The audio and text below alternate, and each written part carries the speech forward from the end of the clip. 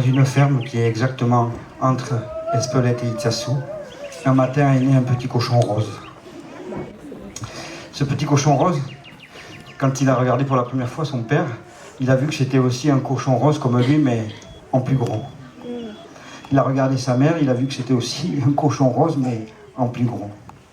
Ses cousins, ses frères et sœurs, c'était tous des cochons roses. Donc, le petit cochon rose, il a décidé de tout faire pour essayer de devenir un bon petit cochon rose. Mais quand il regardait de l'autre côté de la cour de la ferme, il voyait le poulailler. Et là, il y avait des choses qui l'émerveillaient. Il voyait par exemple les poussins. Dans les poussins, il y en avait des jaunes, bien sûr, mais il y avait des jaunes paille, des jaunes citron, des jaunes soleil. Les poules. Il y en avait des noires, il y en avait des blanches, il y en avait des rousses, il y en avait des noires et blanches. Et les coqs. Les coqs avec des plumes multicolores. Des plumes vertes, oranges, rouges. Et certaines, elles sont tellement belles qu'on ne sait même pas le nom de la couleur.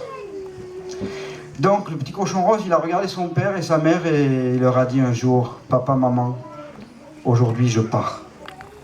Je ne veux plus être un petit cochon rose, non. Je veux devenir un poulet. » Ils ont essayé de faire tout ce qu'ils pouvaient pour le retenir, mais rien à faire. Il est parti, il a traversé la cour, il est au poulailler, il s'est présenté à la porte et il a tapé. Le plus vieux de tous les coqs est venu le voir, il lui a dit « Qu'est-ce que tu veux, toi ?»« Bonjour, monsieur, je viens, je voudrais rentrer dans le poulailler, je voudrais devenir un poulet. » Non mais, ça va bien dans ta tête? Tu t'es bien regardé? Tu m'as vu? Non, ça va pas être possible. Mais si, non mais je vous promets, je vais faire tout ce qu'il faut pour devenir un bon petit poulet. Non, mais... Bon, écoute, je vais voir avec les collègues. On va faire une réunion. Donc le vieux coq, il a réuni tous les coqs et toutes les poules. Une réunion qui a duré des heures. Hein. Il y a ceux qui disaient non, c'est impossible. Il n'est pas comme nous, il ne va pas réussir à s'intégrer. Non, en plus il ne parle pas la même langue. Non, ça ne va pas être possible. Puis il y a ceux qui disaient, mais puisqu'il dit qu'il va tout faire pour y arriver, s'il veut essayer, laissons-lui une chance. C'est ce qu'on a fait. On a ouvert la porte du poulailler et là, d'abord, on a mis le petit cochon avec les poussins. Donc, il a fait tout ce qu'il fallait pour essayer de devenir un bon petit poussin. D'abord, il a appris le langage des poussins. Bon, il avait un petit accent, mais c'était mignon. Bon. Et après, il a appris à manger des vers de terre. Ah non, mais lui, il aimait ça. Hein. Mais c'est bien le problème, d'ailleurs. Il en a mangé tellement qu'il a grossi. Les poules sont arrivées. Hop, tu ne veux pas rester là, tu vas nous écraser 2-3 poussins. Non, viens avec les poules ici. Donc il a été chez les poules, il a fait tout ce qu'il fallait pour essayer de faire comme les poules. D'abord il a appris à dormir sur une patte. Et pour un cochon, c'est pas facile. Ensuite bien sûr il a appris le langage. Il avait un petit accent, mais les poules elles trouvaient ça tellement charmant.